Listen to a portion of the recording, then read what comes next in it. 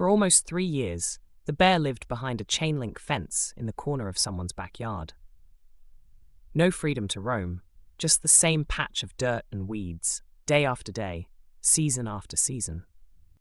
They only kept her because they hoped she would one day have cubs, a living possession they thought might turn a profit. But when they found out she couldn't get pregnant, she became nothing but a burden in their eyes. So they made the decision, the kind that no animal comes back from. They booked the appointment, and her future was measured in hours. At the very last moment, a neighbor who had known about her all along finally couldn't take it anymore. He had heard her deep, sorrowful moans in the night, seen her pacing that narrow enclosure until the dirt was worn bare under her paws. The thought of her being discarded like she was nothing made his chest ache. Without warning the owners, he called a friend at a small wildlife rescue center just outside Willow Creek, a quiet rural town nestled between rolling foothills and pine-covered ridges. Within a day, the bear was coaxed into a large steel transport crate. Her deep brown eyes, wide and unsure, searched every face around her as if trying to understand what was happening. The air smelled different now, cooler, with the faint scent of pine and hay instead of the stagnant dust she had breathed for years. The truck door closed, the engine rumbled to life, and she was driven away from the life she had always known. At that same time, just a few miles away, an older man named Harold Benton was quietly falling apart. In less than 2 years, he had lost his wife of nearly half a century, then his younger brother, and most recently his aging shepherd mix, Ranger, who had been his loyal companion for almost 2 decades. His little house on the outskirts of Willow Creek felt unbearably silent now. The ticking of the clock seemed louder, the hum of the refrigerator more noticeable. Evenings were the worst. Harold would sit in his worn leather chair, the one with creases from years of shared space with Ranger, and stare at the fire until it died to embers. He told himself the quiet was peaceful, but most nights it just felt empty. One morning, over a cup of coffee, Harold received a message from an old fishing buddy. There was no explanation, just a link to a photograph posted by the wildlife rescue. The image showed a large bear lying on a blanket, her coat dull, but her eyes bright and searching. She looked straight into the camera as though she could see the person behind it. Harold wasn't looking to adopt anything, much less a wild animal, but something about that gaze stopped him. Maybe it was the way her eyes held both caution and longing, as if asking for a single chance. Or maybe it was that Harold himself was searching for something to care for again, something that needed him. He didn't dwell on it. He simply set his cup down, pulled on his boots, grabbed his canvas jacket, and set out. The rescue center was a converted farm property on the far side of town. Old barns had been refitted into animal care facilities, the scent of straw and cedar chips heavy in the cool air. A massive cottonwood stood by the gravel drive, its bare branches rattling softly in the breeze. When Harold arrived, the staff greeted him warmly and led him to a quieter enclosure at the far end of the property. There she was, larger than he'd imagined, standing on thick, powerful legs. Her head turned when he stepped closer, and for a long moment she just studied him. Then she moved forward, slowly and without hesitation, and pressed the side of her muzzle to the chain-link fence. The warm exhale from her nostrils drifted over Harold's hand where it rested against the wire. It was a simple thing, but Harold felt it deep in his chest. He knelt down, letting his hand rest just beyond the fence. She stayed close, her breathing slowing, eyes half-lidded but still watching him. That was all it took. Harold turned to the rescue coordinator and said quietly, "If you'll let me, I'll take her home." The rest of the afternoon blurred into paperwork, explanations about her diet and space needs, and a reminder that patience would be essential.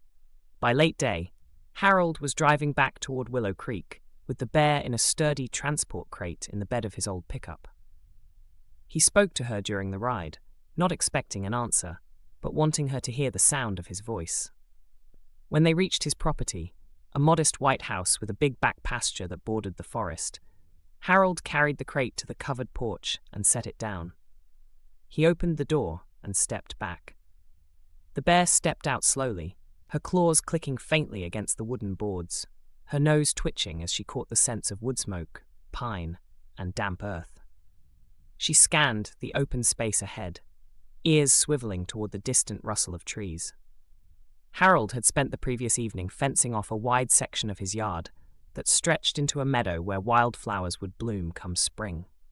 When she first stepped onto real grass, she paused, lifting one paw and setting it down again as if testing it. Then a faint breeze carried the smell of the forest, and her nostrils flared. Harold picked up a small branch from the ground and rolled it toward her. She sniffed it, tapped it gently with her paw, and looked back at him as though unsure whether this was meant for her. He gave a small nod, and she dropped her head and mouthed the branch before setting it down.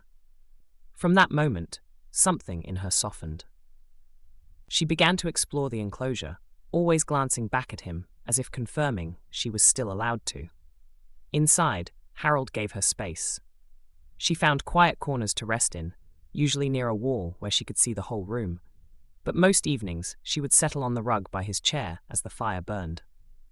If Harold went into the kitchen, she would follow, watching with unblinking curiosity as he prepared supper. She didn't vocalize much, but now and then she let out a soft chuff or a deep, satisfied grunt after a good meal.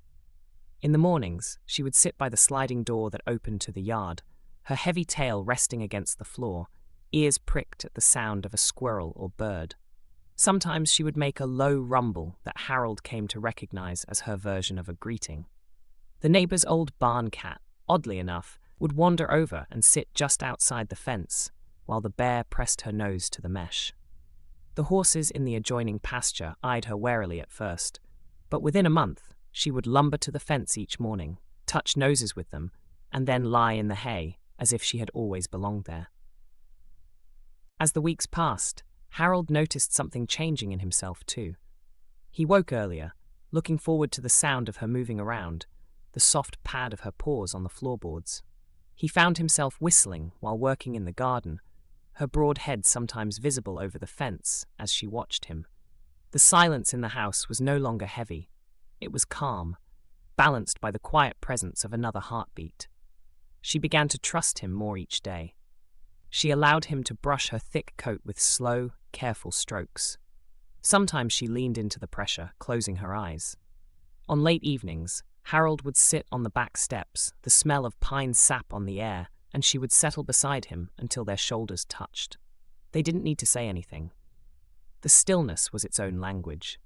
Months later, Harold could barely remember what life had been like without her. Every morning now began with her soft, throaty greeting from the other room. Some days it was about the rustle of leaves, some days about the distant call of a crow, and sometimes it seemed to be about nothing at all. Just the joy of being safe. Harold thought often about how close she had come to disappearing forever, how neither of them had gone searching for the other, but somehow they had found exactly what they needed. In a world that could be sharp and cold, their meeting felt like something arranged by quiet fate. She hadn't just been given a home, she had given Harold one too. At night, he would hear her shifting her weight on the rug, the slow rhythm of her breath filling the room with a steady comfort he thought he'd lost forever. He remembered those first tense weeks, when every muscle in her body seemed coiled to flee. He had given her space, letting her discover her own hiding spots, never forcing closeness. Gradually, the invisible walls she kept around herself began to fall. One morning he woke to find her lying just a few feet from his bed, eyes half closed but watching him with no fear.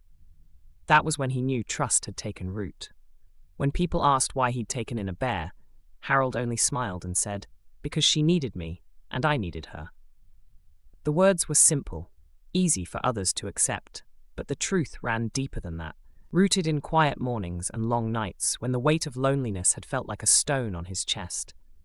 She had pulled him out of the still water of his solitude and set him moving again, given him a reason to open the curtains, to walk out into the crisp air, to feel the world alive around him. Before her, days had bled into one another, marked only by the ticking of the clock and the slow change of light through the window. After her, there was rhythm again. The soft pad of her paws across the porch, the rustle of her thick fur brushing against the doorframe, the way her dark eyes sought his when she wanted him to follow her outside. From the road, Someone might see just an old man and a bear, but Harold knew better. They were not a curiosity, not some odd pairing for people to chuckle at and forget. They were survivors who had chosen each other, bound by the unspoken understanding of two souls who had been through too much to waste what time they had left. On cold winter nights, the firelight danced on her thick coat as she curled into a great, quiet shape by the hearth. The orange glow turned the tips of her fur to molten gold, and shadows shifted gently across the walls. Harold would reach down, his fingers sinking into the dense fur along her back, feeling the rough warmth of her skin beneath. A deep, contented vibration would rise from her chest, a sound that seemed to settle his own heartbeat into a slower, steadier rhythm. Some evenings, she would lift her head and look at him in that deliberate, assessing way she had, not searching for food or anything else tangible, but as if checking to see if he was still there with her, fully present in the moment. And he always was. In those moments, there was no thought of the years behind him or the uncertain time ahead.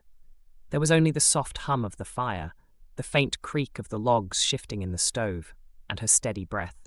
In the mornings, when the pale light spread over the ridges beyond Willow Creek, he would hear her soft chuff from the other room, the gentle exhalation that meant she was awake and ready to greet the day. Sometimes she would already be standing in the doorway, her breath steaming in the cool air, the outlines of the trees behind her etched in frost. They shared a stillness before the day began, a kind of wordless promise that whatever came next, snow, rain, or the long, warm stretch of summer days, they would face it side by side. Harold often thought about how strange it was that he'd once lived without her. It felt like another lifetime, one where the rooms were emptier and the silences heavier. Now, even the quiet had changed. It wasn't hollow anymore, it was full of her presence, the faint scrape of her claws on the floorboards, the shift of her weight when she lay down, the occasional huff as she dreamed. And Harold understood something he hadn't before, that peace doesn't always mean silence. Sometimes it comes as the sound of a wild heart, finally at rest.